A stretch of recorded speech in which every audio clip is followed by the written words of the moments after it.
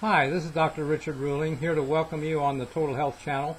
Actually, I have health programming on my own personal channel, Richard Ruling, and if you will click the link below, you can see the graphics to what I'm talking about.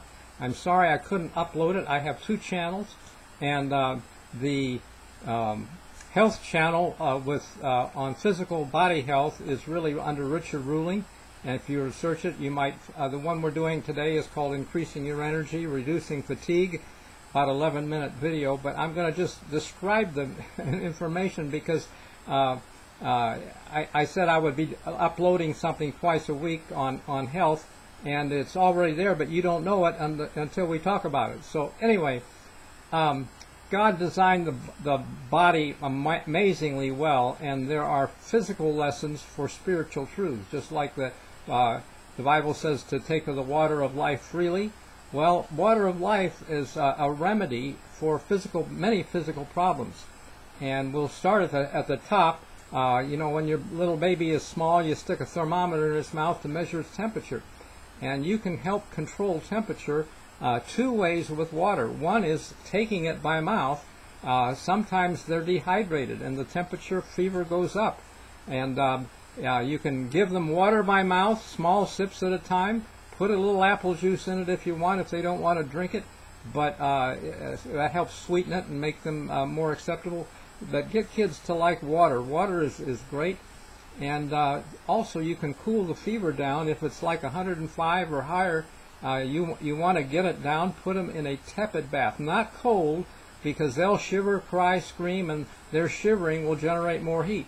Just let them relax in a tepid bath. It's a little cooler than they are, and it will come down slowly, and they can play around in the water for a while. It'll be fine. So that's how water can be used for fever and temperature control. Actually, you can use it in reverse. I was working in an emergency room one night, and I suddenly realized I was getting sick. Scratchy throat, nose starting to run a little bit, felt cold, achy, and so I took my temperature, and it was normal. And they taught us in microbiology that a lot of viruses are killed or arrested with fever, so I wondered what I could do to get a fever. And I took a break from the emergency room for 20 minutes, filled a tub with very hot water, hot as I could stand. Actually, it was uncomfortably hot, but in 20 minutes I had a fever of 102.5. And I was so glad at that point that I felt I had enough fever. I sat up, and as the water was running out of the tub, I poured cold water. This is Southern California, so the water is not that cold, but by contrast, a hot and cold bath or shower can increase your white blood count, can double it even, if you get a good contrast. So I felt pretty good after that hot and cold bath, and did not eat any supper, didn't have any medicine or vitamin C to take, which I would have taken if I had some vitamin C, but felt pretty good and saw my patients until about 11 that night, when I took another bath just like that, hot and cold, went to bed, only got up once or twice to see patients in the middle of the night, and in the morning I was well. I had no symptoms, it was all gone. Okay, so that's how you can fight viruses or flu with fever and water. Okay, water is good for many things. Just think of your eye. If you had no fluid in your eye, you couldn't turn your eyeball. Fluid bathes the eye. Fluid enzymes in the stomach help the digestion. Fluid blood brings your blood and oxygen to your cell, to your body, and nourishes them. So water is good. It helps purify the blood. The more water you have, sometimes people think they don't want to work their kidneys, but think of a housewife with just 1 cup of water to wash all their dishes. Very hard. The more water you have, the easier it is to clean the dishes.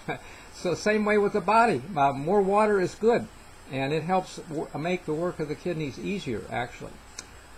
Water is sadly often substituted with caffeinated drinks, and that's bad.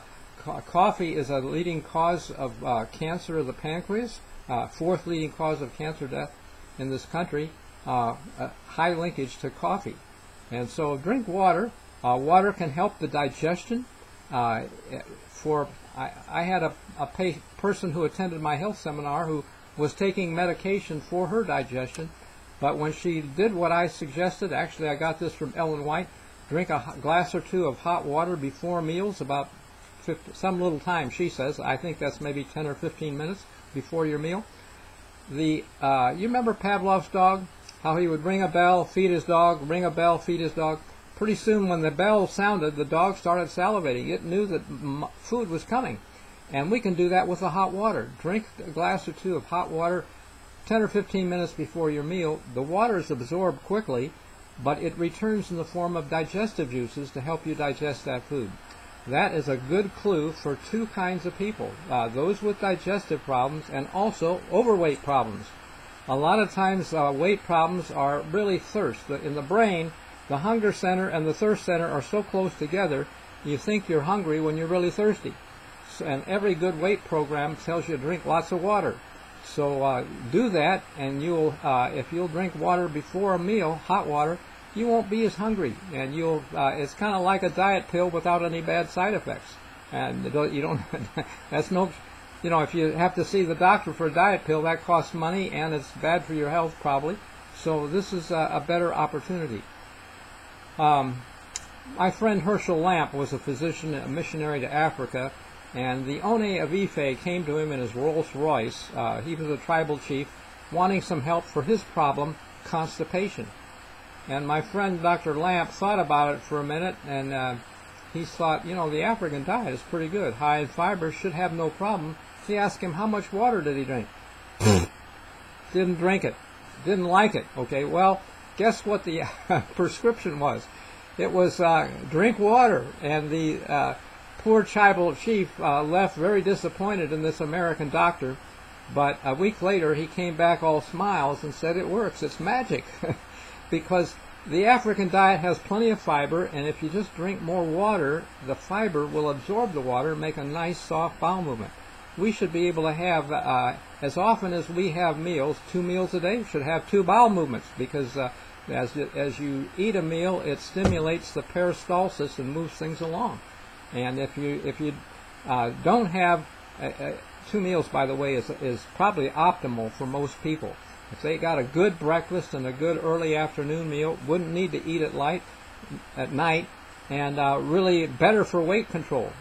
What you eat at night is trouble for weight control for lots of people. And if you go to bed with an empty stomach, your stomach and digestive organs can rest, and you wake up with a better appetite. If you eat a big meal at night, you wake up in the morning, you're mildly sick. Okay, I say that because if you are vomiting, you know you're sick. If you have nausea, you think you're sick, but most people, they're not nauseous, they just have anorexia, no appetite. Mildly sick, okay, because the food from the last night before isn't digested well. So all of these are just examples of, and that could give you more. For example, they found that drinking more water helps prevent heart attack and stroke.